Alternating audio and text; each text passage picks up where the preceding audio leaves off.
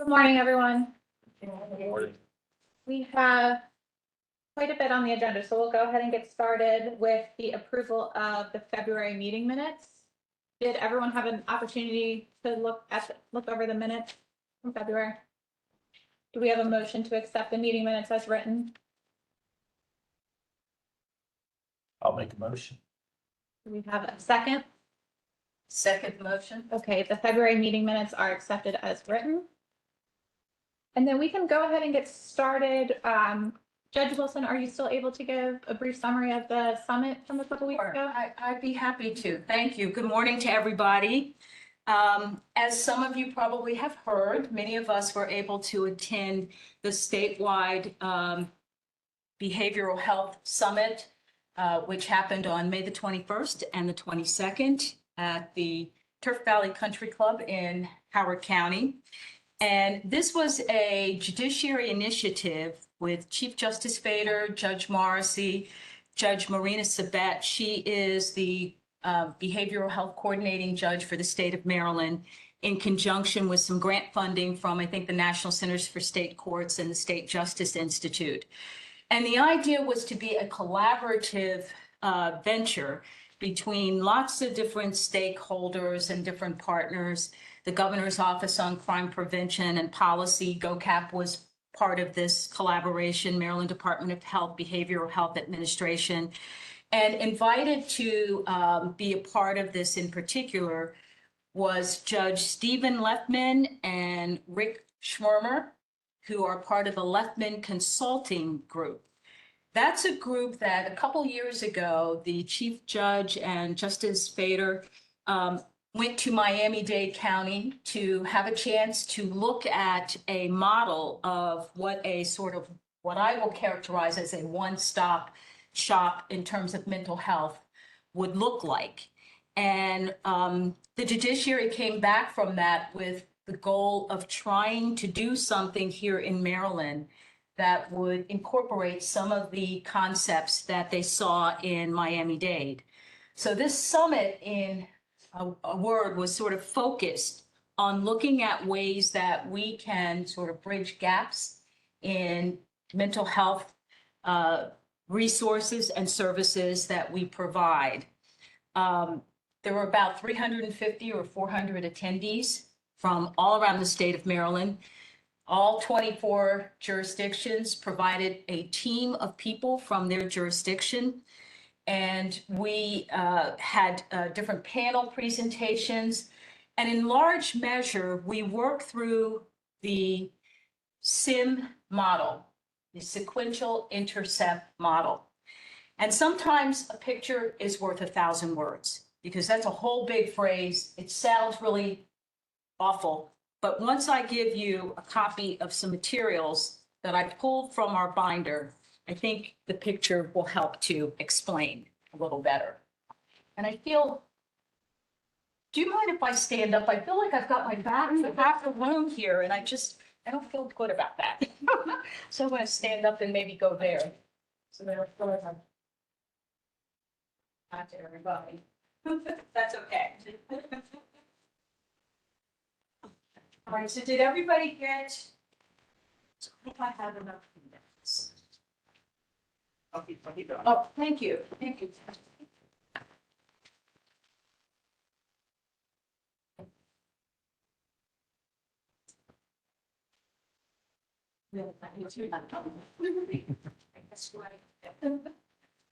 So this sequential intercept model, I attached a sample of what the Maryland model looks like. That's not the Baltimore County model. It was just one of the models that was included at the summit to give kind of an overview of what the sequential intercept model looks like. And then behind that, I attached some pages out of the Substance Abuse and Mental Health Services Administration, SAMHSA, which provides sort of a definition and an understanding and explanation of what the sequential intercept model is, what its purposes are. And then you'll see some additional pages that go through each of the intercepts, defining what they are. And basically what the sequential intercept model does it's a diagram, it's a way of documenting the way that individuals who have mental health and substance use disorders come into contact with and move through our criminal justice system.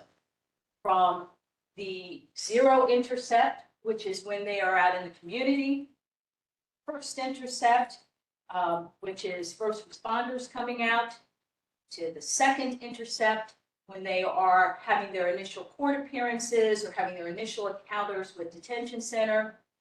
Third intercept, maybe they've gone through a court hearing or a court proceeding and they're at the jail. The fourth intercept, maybe when they're leaving the jail, leaving the system, re-entering the community. And the final intercept is integrating them back into the community. Intercept being a word of talking about a contact or a phase where these individuals are coming into contact with these different components of our community. So the summit, in large measure, had us listen to different experts and presenters talking about resources and services that they have in their communities or that even are available here in Maryland, throughout the state of Maryland, and how those resources and services are utilized at each different phase of this sequential intercept model. And the greatest and most important thing I took away from the summit, and some of you who are here can certainly join in and share, but we had the opportunity as a Baltimore County team to actually work on exercises for each one of these intercepts, each one of these contacts, talking about what resources are available within Baltimore County, where there are gaps in resources, how we can better integrate services, what do we need to do to implement different options and available resources.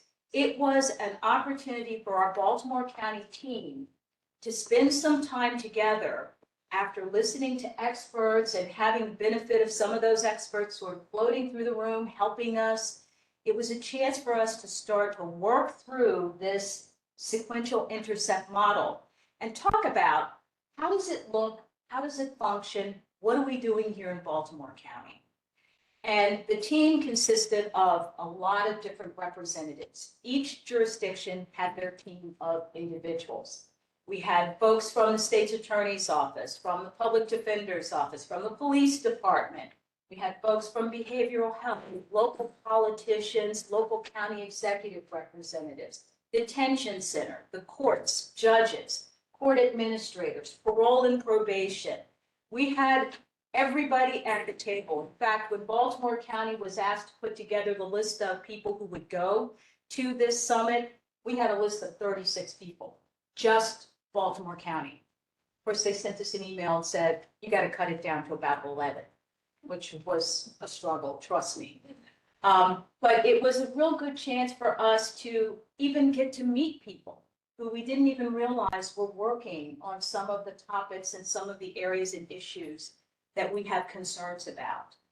And so out of the summit was the mandate that we not just do this for the 2 days that we're at the summit, but we take what we have identified as some of our priorities and some of the areas that we feel were gaps in services and some of the places where we thought we had some ideas for ways to improve, come back to the county and continue the dialogue in the form of meetings and future discussions to see what we can do to sort of bridge some of those gaps. And with that in mind, I told everybody that I would be sending out an email to get some dates, hopefully at the end of June, maybe in the beginning of July, so that the team who participated in the summit, a team of us were also able to go to Miami and to see the actual Miami model, to see the building that they have renovated, to see what they plan in terms of one-stop shop and services. We were able to be a part of their workshop. That team, along with the team that went to the summit, and some others who we identified as missing, who we thought should be included, for example, the school system, wasn't present, I don't believe, at least not our Baltimore County team for the summit or for the Miami workshop. So we want to make sure we invite a representative from the school system to be a part of our future meetings.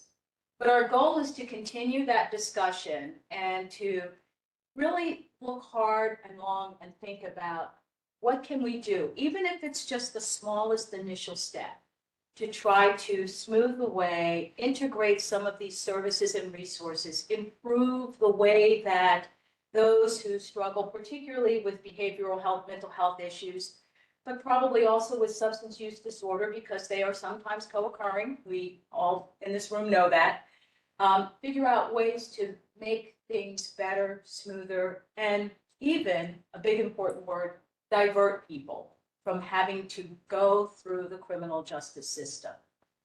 So that's just a very brief, broad brush about what the summit was about. I know that the judiciary has hired as consultants the Leftman Group, which, as I said, it's Judge Stephen Leftman, Rick Schwirmer, who is a retired Utah court administrator. Judge Stephen Leftman is retired from Miami-Dade County courts. He was the administrative associate judge for 24, 25 years in charge of their criminal division, and he ran their mental health courts. He has been awarded a number of prestigious awards and recognition, but I would suggest if you want to know more about Stephen Leftman, Judge Leftman, and the Miami-Dade project that he has ongoing, there is a documentary that PBS put together in 2020. It's called The Definition of Insanity. And it involves all the work that Judge Leftman has done over the 25 years to bring together the Miami-Dade project that some of us were pretty fortunate to have a chance to walk through. That consulting group will be working with the judiciary for the next 3 years, focused on behavioral health, mental health issues. And we hope to continue to interface here in Baltimore County with their expertise and to see where we can go in terms of enhancing our services. I think I was particularly proud because when I listened to many of the speakers coming from across the country, frankly, and across the state, I started to think to myself, Baltimore County has a lot of these pieces already existing. They're maybe spread out a little bit, maybe not connected, maybe we're not all aware of the resources, maybe we're not all accessing them, but I feel like we've got the kernels already here in Baltimore County. And I think the summit was an idea of bringing everybody together to start looking at some of those little nuggets and trying to figure out ways to put them together, make them more efficient and more effective for those who are struggling with mental health and substance use disorders. So if there's anybody else who also attended the summit, or if you all have questions, I'm happy to answer those, but that was all I wanted to say. Thank you. And I just want to thank everybody who came because I know Chief, you were there, Becca, lots of people here were there. Jim Bills, the police, we had detention center, Ari was there, and I know how everybody's schedules can be so hectic and crazy, and to carve out 2 full days to spend doing all of this. It's phenomenal. So thank you all for participating in that. I really do appreciate that. Thank you, Judge Wilson. Does anyone have any comments or questions? Just a quick comment. I went to this thing and, you know, as a public defender, I'm usually like against everybody and against the police and anyone that knows the public defenders, that's who we are. But you went into this and you see like what could be different. And it really was kind of encouraging to see like, okay, we can make these changes. And there's some small, as Judge Wilson said, kind of incremental changes that we can make, I think, internally within the county that might be able to build to kind of a bigger level. But I think it's getting this off the ground, I think, is important. Having the police and the chief involved in this and having you all as part of this, I think, is super important for us to kind of start elevating this in terms of what we might be able to do. Does anyone remember the town in Italy? Yes, What was it? I remember it. So they started off this with this town in Italy. It was, and I wish I remember the name, but it was this town in Italy that had really taken their problem with mental health and really kind of rethought it and changed it. And they said they were to a point where people were getting what was it? Trieste. That's right, Trieste. And they basically took this and they just had, instead of incarcerating people, they were treating people before they got to that point, to a point where they didn't have people in the jails who their primary issue was not because they were criminals or not because they were doing this, it's because of mental health. They were kind of taking them and treating them early on. So really, to see that, I would love to see Trieste and see exactly what they're doing there. But I do think it is kind of a shooting point for us here in Baltimore County. I think it's something, obviously, I don't know if we'll be able to attain to that level, but at least parts of it, which I think would be amazing to try to treat some of these people that we have. So, yes, Josh, thank you. I'd just like to speak to commitment, in terms of commitment of time. Honestly, I enjoyed the time that I spent there, but most of all, I walked away saddened that I hadn't carved out more on my schedule to just spend both days completely there. And I know next year, Captain Edwards and I spoke to the chief judge and he said that they were going to do this again next year. Yes. And the one thing I'm going to do is make sure that I carve out those 2 days to dedicate my entire time to being there because I felt it was so productive. And the little bit of time that I was there, I thoroughly enjoyed what I was hearing. And actually, sometimes you go to these things and you take nothing away or you only take a little. I actually felt like it was a great investment of time that the right people were in the room and that the people in the room were committed to the issue. So I would encourage everyone, if this comes up again next year, that we be committed, that we have the right people there, and even if possible, that we even include more people.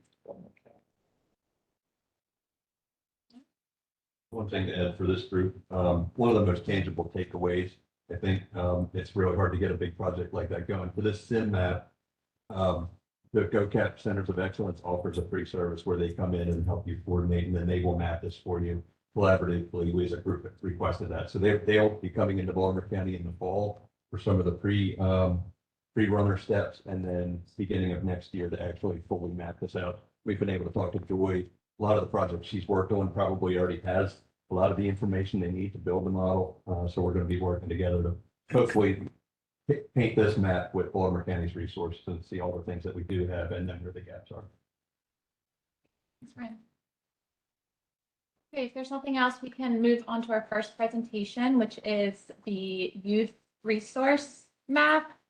I don't know if you all recall, I think it was our February meeting. We did a similar map for the adult mental health resources, and Joy and Allie have been gracious enough to do the same exact thing, but for our youth. Hi, everyone, and I don't want, Chanel has done a lot of work as well, especially when it comes to corrections, and some of the DJS conversations. So thank you all for having us this morning. As Lon said, we did the adult mental health map several months ago, and we were asked to do a youth focus. And so we're going to go over process overview in a moment, but what I would like to give context to the group for is this.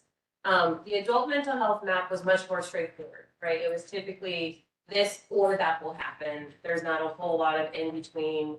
It depends. And it was much more straightforward.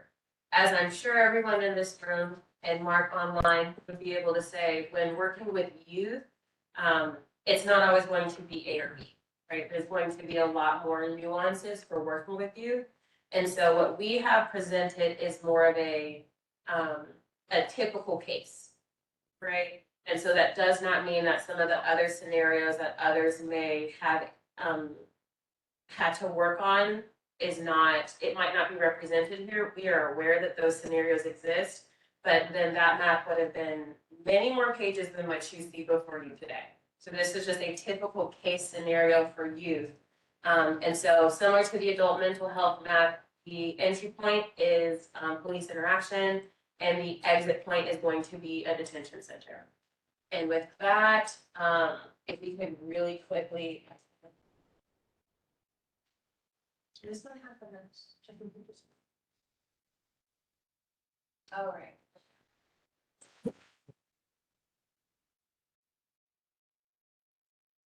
Enter's not taking you there?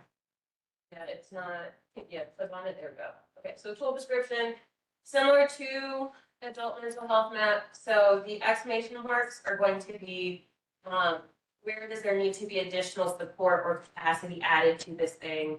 And we spoke with all the departments represented on this document. They shared all the great work that they're doing. They also may have said, hey, we lack capacity when it comes to staffing. We lack capacity when it comes to this communication. The yellow oval, so to speak, is going to be what the actual mental health resource is. And then a dashed line is going to be something that is not required, but can be a service. So overview, like I said, we start off with police. So if police are not able to divert, and they do actually have to take youth into custody, which is not the preferred method, but does happen from time to time. The youth can sometimes be released to their guardian after detainment, or they may interact with Department of Social Services, in which case there's a screening assessment, they may be committed to DSS, or they may just be offered services. We did also have the opportunity to speak with DJS and kind of review their intake process and detention facilities and treatment facilities. We did have an opportunity to speak with the courts again, and then we worked with BCBC. Next slide. Okay. And I'll pass it to Allie for a moment to go over youth charges adults. Joy. So before we get into that typical scenario for youth, we're going to look at the subset, which is youth charged as adults. So like Joy said, the entry point is police. So in this case, a serious offense has occurred. This individual has been detained. There are some cases in which it's an automatic waiver and it will immediately enter the adult court system. There's other scenarios where the police might consult with DJS to decide if they should be charged as an adult or juvenile. They'll move forward with the bail hearing. From that, this individual enters the adult court system. The other kind of scenario in which they might enter the adult court system is from the juvenile court system through a transfer of jurisdiction where it's waived up somewhere in that process. Once they're in the adult court system, this is very similar to the adult mental health map that we presented last time. One kind of caveat here is that these individuals don't have access to the problem-solving court as they're not 18 yet. One program that we did come across kind of for this specific scenario in our research was the Patuxent Institution, and this is a psychotherapeutic treatment program for those who are 21 and younger who have at least 3 years left on their sentence, have emotional or intellectual impairment, and are likely to respond to treatment. And that's not a voluntary program, but that's something that would be recommended by a judge. These individuals may be held at BCDC. They'll go through a medical and mental health evaluation, just like everyone who does who's admitted to BCDC. And then they could be transferred to a DJS facility, or they might stay at BCDC, depending on what's the best case. Okay, so police. When patrol calls to the scene, they may just be able to provide resources, right? It might not be such a serious offense. They can provide those resources. We will provide the community resources at the end, listed off for the room. They may have to detain a youth. And so they may go into secure detention, or they may just be detained. When we spoke with police, the secure detention may be for something more severe in which they are actually being physically detained. Versus we are detained, we are in a room, we still have the ability to walk freely within the room. The hope would be they are released to their guardian. That is not always the case. So if they are not released to their guardian, and actually really quick, so because then we get into a resource. So they may be released to the guardian if it is the first offense and it is not extremely violent. They may be referred to the joints program. That is voluntary. It is not necessary, but it is a great way to divert. If they are not released to their guardian, and the guardian does not pick them up from the precinct, they may be transferred to DSS guardianship. And so when we spoke with DSS, what they said is, in this situation, this is for the most of the time, this is not the first time that DSS has interacted with this youth or with this family. this was the last straw and we can no longer help here. And so the guardian will not come pick up the youth, they will be transferred to DSS. They may also be transferred to DJS, depending upon the severity of the crime. The other option here is an emergency petition. This is also voluntary. And so when we spoke with police, this is something that it would be driven by the actual guardian, right? So police would not be the one saying, hey, they need to be EP'd. It would be the guardian saying, hey, I need some help here. Can you help with this? Now, this is linked to CIT because CIT can get involved here and can assist. This may also be something that is just happening with patrol. But when it is CIT, it's been previously known as MCT, but a CIT team can come on the scene. They involve the guardian, they can do a clinical evaluation, they can provide any level of referral resources. This is a police response. It is a resource, but it is a police response. And then the youth-specific programs, these are all voluntary. So you have voluntary community programs, you can go youth mentors, youth advisory council, youth leadership academy, children and youth supervision. This is through DJS.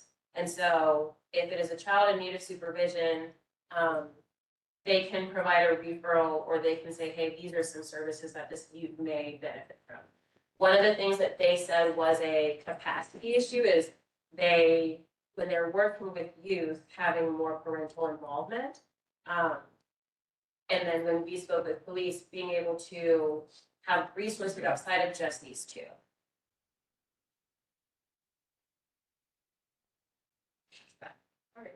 So focusing now specifically on Department of Social Services, and like Joy mentioned, this is a scenario where it's after a police incident, the guardian is not present, and this juvenile is transferred to DSS.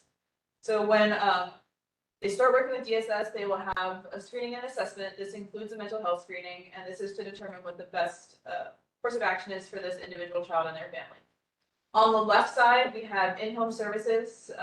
And again, like Joy said, oftentimes DSS has already been involved with a lot of these families, and they might be providing services to prevent that out-of-home placement. So this includes things like family preservation services and functional family therapy. They also might be referred to other resources. So different community-based resources. MSTA is multi-systemic therapy for emerging adults. And then there's also the Partnering for Success program, which is with the University of Maryland to train providers with CBT+. We have an exclamation point here, as there's a wait list for these programs and not enough capacity to support all the interests in these programs. On the right side, we have placement in DSS. So in this case, an individual is being committed to DSS, and in rare cases, we understand this is a small percentage of the cases, being co-committed to both DSS and DJS. From here, they will be placed, whether it's a kin or family, in a therapeutic foster home, a group home, in a residential program, or if they are in a scenario where they're committed to DJS in a DJS facility. We have the exclamation point here again, is there's some capacity concerns, there's wait lists for some of these programs like a therapeutic foster home or a group home.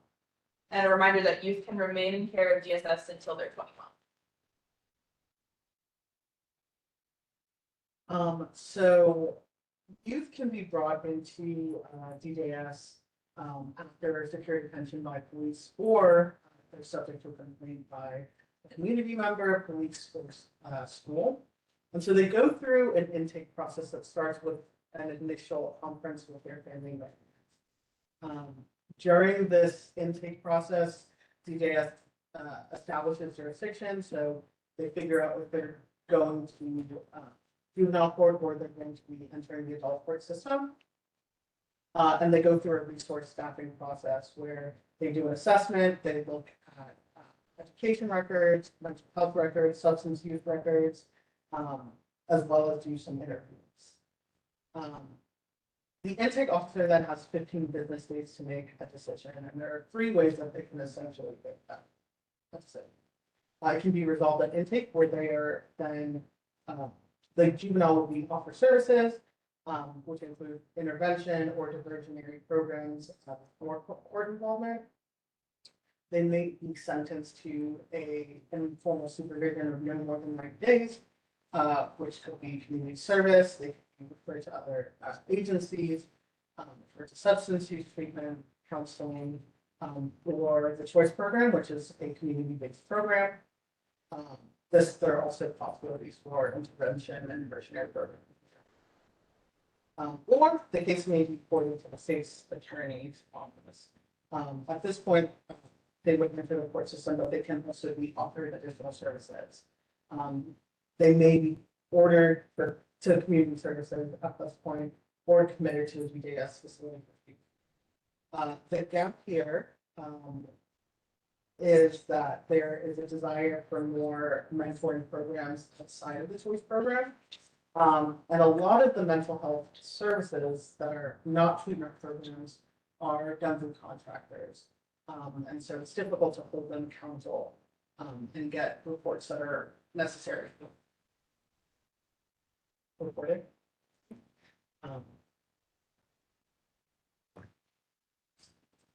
Okay, so we wanted to zoom in on some of the DJS facilities just to provide a little bit more context and information. So on the left side, we have detention facilities. On the right side, we have treatment facilities. So just to go over the difference, so detention facilities are only for the purpose of detaining youth who are pending a court hearing or who are on a wait list to be transferred to a treatment facility. Only youth who have been committed to DJS by the court system can be placed in a treatment facility. And placement is based on a few different things. It's based on capacity at these different facilities, as well as proximity to family and the individual treatment needs for the juvenile. So on the left side, I'll go through them really quick. Baltimore City Juvenile Justice Center is a multi-purpose building. They have circuit court rooms and intake and assessment services, and this is a detention center for male youth. Charles Safety School, as with all these centers and facilities, provides dietary, medical, educational, and counseling services, and they also operate a treatment program for low-level juvenile sex offenders. Cheltenham Detention Center is in Prince George's County, and this is a detention facility for both males and females. And Lower Eastern Shore Children's Center is in Wycomico County, and this is for male.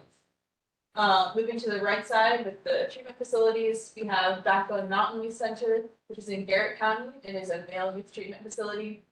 Green Ridge Youth Center, as well as Victor Cullen, are both in Allegheny County and for male youth. And then the last one is Western Maryland Children's Center in Washington County. This is for female youth, both a detention center and a treatment facility, and they have the Peace Academy here, which is a 6-bed hardware secure treatment program. So kind of picking up where I left off, if the case is boarded by DJS State's Attorney's Office, it's in the court system. The police may place the juvenile in detention, as Roy mentioned previously, but the next day they would have a detention hearing. Within 30 to 60 days, they have an adjudication hearing, which is used to present evidence, witnesses, fact finding, and essentially to determine whether you do not commit. DJS may request a competency evaluation to determine if they are able to go through the adjudication process. If they're declared competent, then they would move forward with that adjudication process. If they're declared to be incompetent, yet competency is available through resources, they would receive those attainment services in blocks of 90 days. So a judge could order treatment in a facility, for example, through the Department of Health. If they're found to be incompetent and competency is not attainable after 6 to 18 months, then the charges may be dismissed. So then moving down to disposition, after the adjudication hearing, the court can either, well, DJS can actually request disposition be delayed or provide an understanding. So if it is delayed, then DJS can have an opportunity to complete an additional evaluation and make recommendations to the courts for additional services if we might that juvenile bail. There are 3 possible outcomes. They can either be ordered to pay restitution, they can order to serve probation under the supervision of DJS, or they can be committed to a DJS facility. For the first 2 options, case managers help the juvenile to follow court orders and support youth. And that can involve behavior management, community service. DJS has the opportunity to make a determination for the course of treatment. The gap here is that there is a need for more case managers. When we spoke to DJS, they told us that their case managers were handling about 20 cases at a time, when ideally they should be only handling. And then there are some vacancies in their system right now that are looking for additional people. Can I ask a quick question? I don't want to interrupt the flow over here. The incompetent part here, where is that treatment located if somebody is deemed incompetent in the juvenile system? So the one example is the John L. Gildner, that's Regional Institute for Children. Okay, But I think there are other options. It just depends on what the judge. okay. Thank you. Moving on to the detention center. So I first want to start with this BCBC is not a youth facility. But they go through the same intake process that anyone who goes to BCBC goes through. So they start off with a medical and a mental health screening. Actually, I'll back up really quickly. They may be admitted to BCBC if they're placed in detention, or they cannot be transferred to DJS in few weeks. So they go through medical and mental health screening. They may be prescribed new medications with the consent of their parents, and they're placed in housing. And for the males, that's the 2R unit. There are BCPS staff located within BCBC, so they do get IEPs that are created with the help of psychiatrists, case managers, parental involvement, social workers, and other resources that do available, and that's where they get mental health support. And then after, they may be transferred to the juvenile detention facility. I also want to make a note here is that it really depends on the crime that was committed. Some juveniles may not be safe to go into a GJS facility with other juveniles. So it really just kind of depends on the totality of the circumstances. But the males are sent to the Charles Hickey School or the Baltimore City Juvenile Justice Center, or females are sent over to Western Maryland's Children's Center. But there are other factors considered when determining where they're going to be ended. Okay, so last slide here, I know throughout this presentation, we talked about various community resources and we wanted to provide some concrete examples of what that exactly looks like. So we have county resources as well as some nonprofits and different organizations at the state and national level, and then a list of hotlines on the right side. Great. Yeah. Thank you. And we can share this. Yes. Okay, great. So I'll send this out after today's meeting. And if anybody has questions or feedback, please feel free to, sorry, the program to send responses after we send it out. And in the interest of time, I do want to get on to Ari's presentation. So just send the feedback via writing. Meg, I think I saw you had some feedback. I would like to say that was excellent work by your team. Yeah, thank you very much. Thank you. Okay. Excuse me.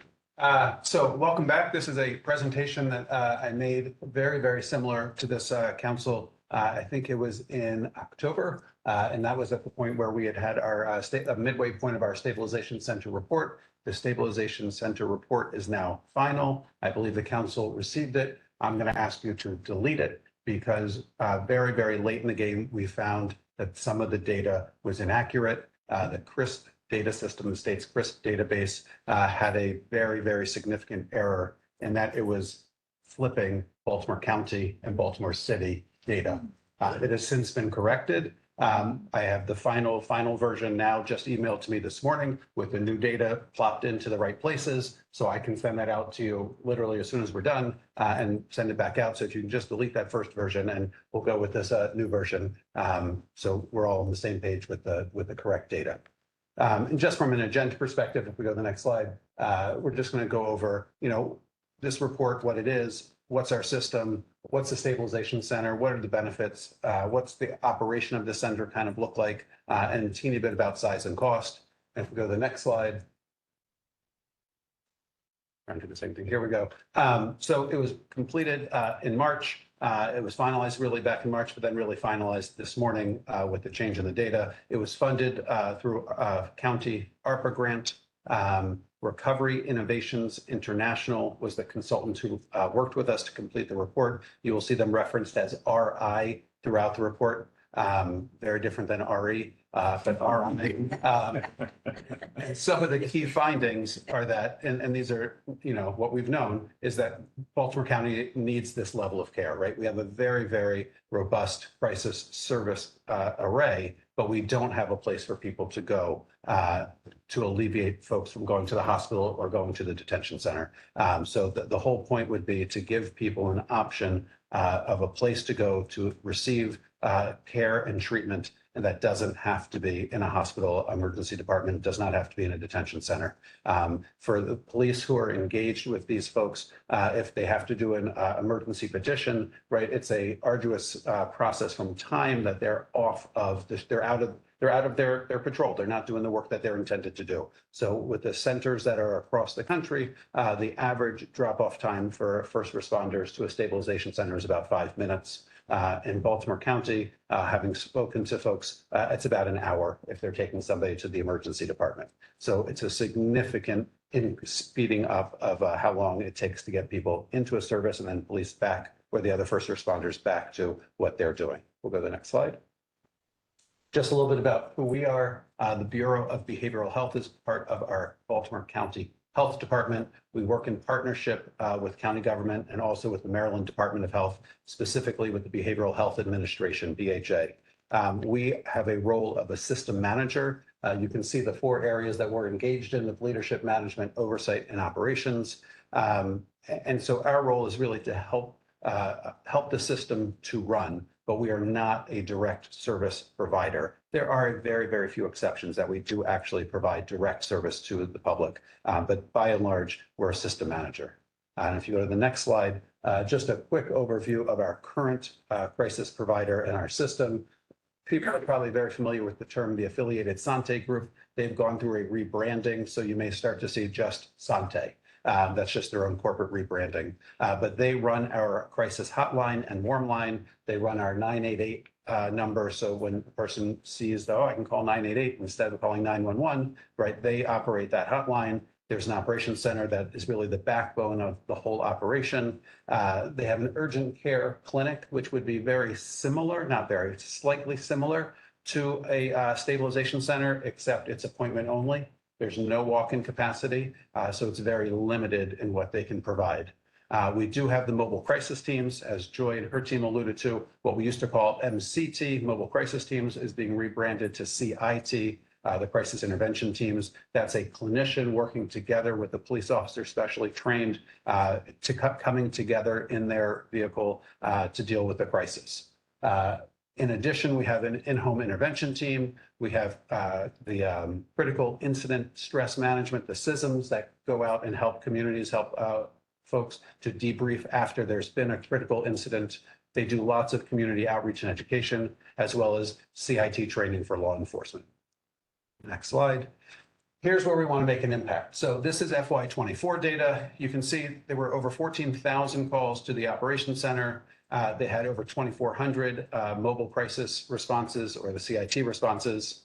The urgent care center and the diversion is where we can make the biggest impact. By having a stabilization center, we can have way more people served in that center. And so only 828 appointments in urgent care because we have just very limited capacity. And 430 diversions from either hospital or from detention. So we can have a much broader impact in being able to divert people if we have a place for them to go. And just as a caveat, if you just wonder if those 14,000 calls, it's about 80% get resolved on the phone. So most people are not getting an in-person response. They're getting services through the crisis counselor. But for those who need an in-person response, obviously we want to provide it. Next slide. According to the National Council for Mental Wellbeing, this is what a crisis stabilization center is. It's a secure physical location that provides a place for people in behavioral health crisis to go or to be brought by law enforcement or other first responders that is an alternative to going to the ER or to jail. And I would just throw in there as a little caveat, when you read the word secure, think also safe. It's not locked. It's not secure like a detention is secure. It's secure in that I'm in a safe place. Next slide.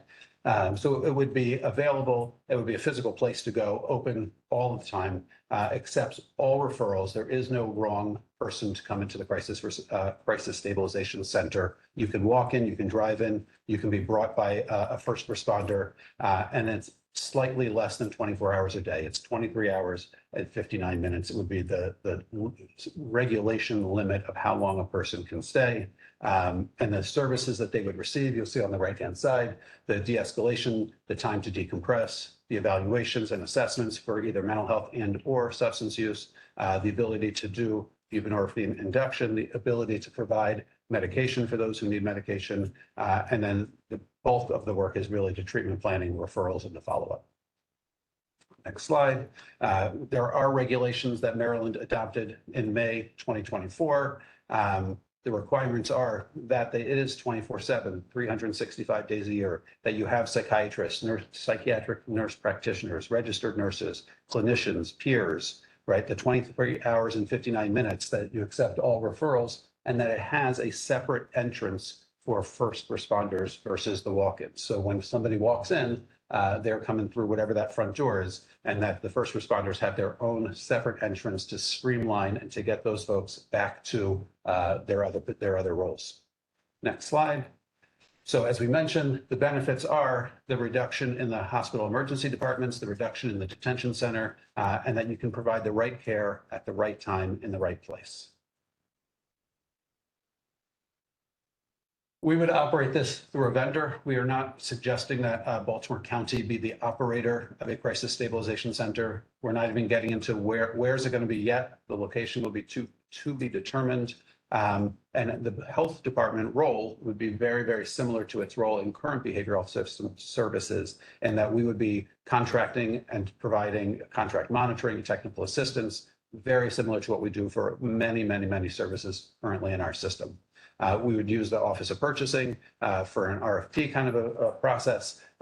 We already know that there are organizations out there who have contacted us directly about how can we do this in Baltimore County. And then likewise, we have heard that there is potential for philanthropic involvement. So, all of that is still to be determined.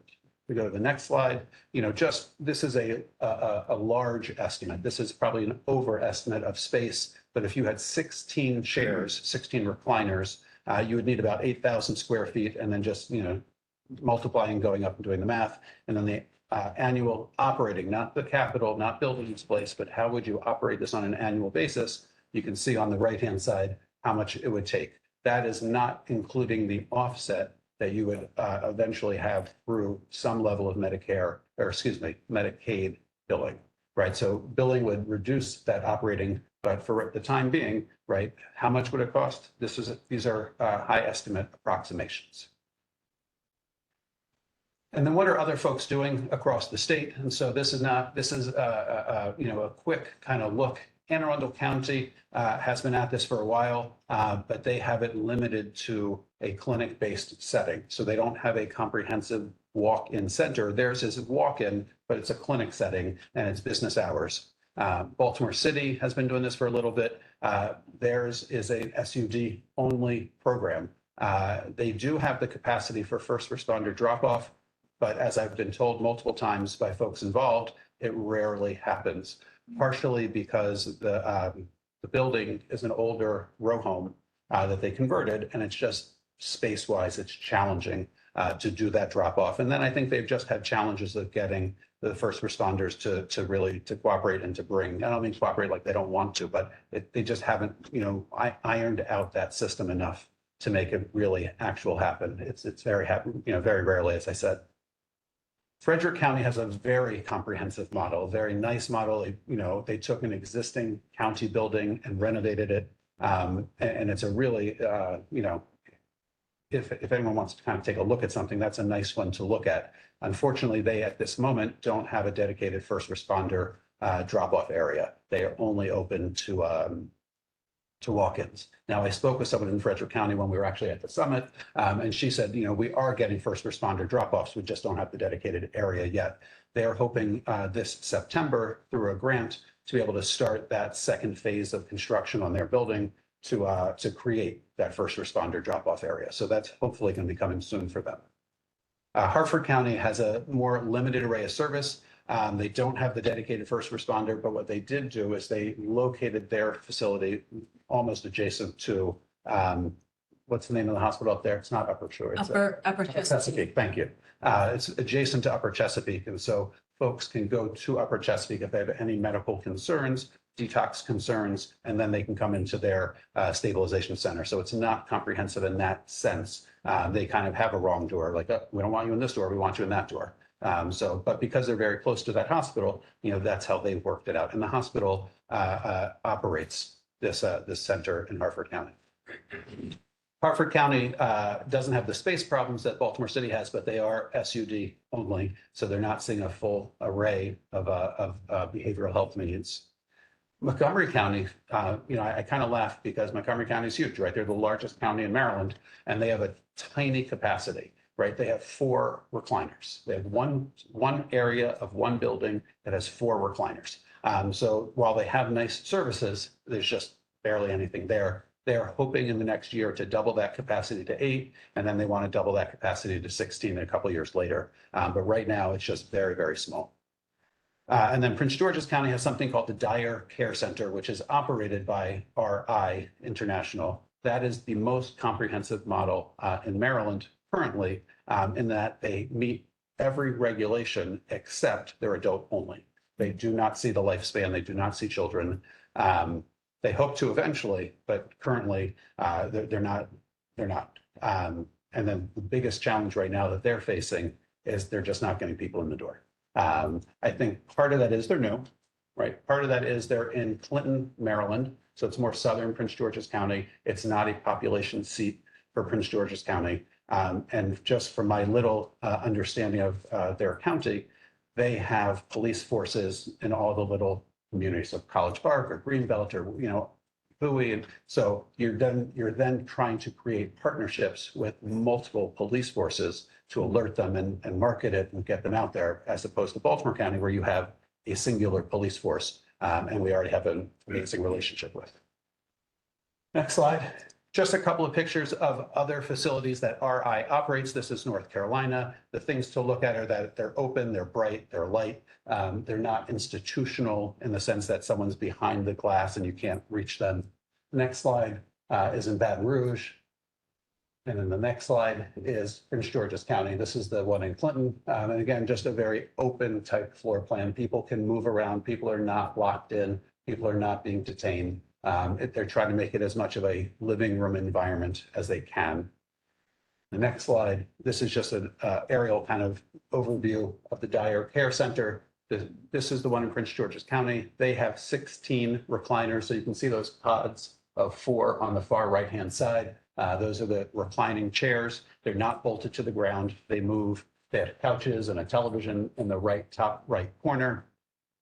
And then it's hard to see, but we're right in the middle of the diagram where you see those red kind of chairs. That's like the lobby of the building. This is the health department building that has other health department services, but this is where they've located their stabilization center. So the public would walk into that main lobby. Just slightly to the right of that main lobby is the dedicated police or first responder. Let's see. Just kind of follow my finger straight up, right where it says the word floor in the title. that area is the dedicated drop-off area for first responders. So it's the same side of the building. It's very, very close. But they do have their own dedicated area and they can drop off, do a couple of things, and then they're back on the road. And then lastly, just like, what does it take to staff this? It's 24 hours a day, 7 days a week, right? So it's 37 and a half FTEs over a 24-hour period that are staffing, right? So, everyone from the chief medical officer, the medical director, down to the peers and the transportation specialists, right? So, and everything in between. 2 minutes to spare. Anyone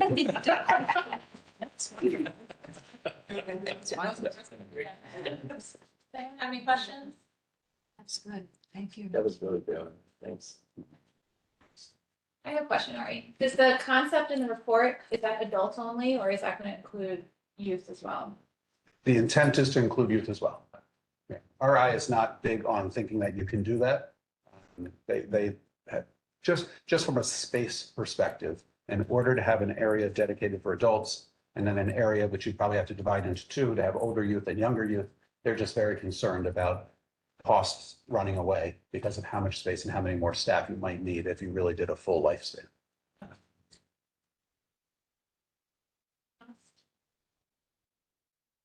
Okay, we have 1 minute. I know, Chief, you had a roundtable update, or Meg? I think you just want to share that the governor is holding 3 regional crime meetings.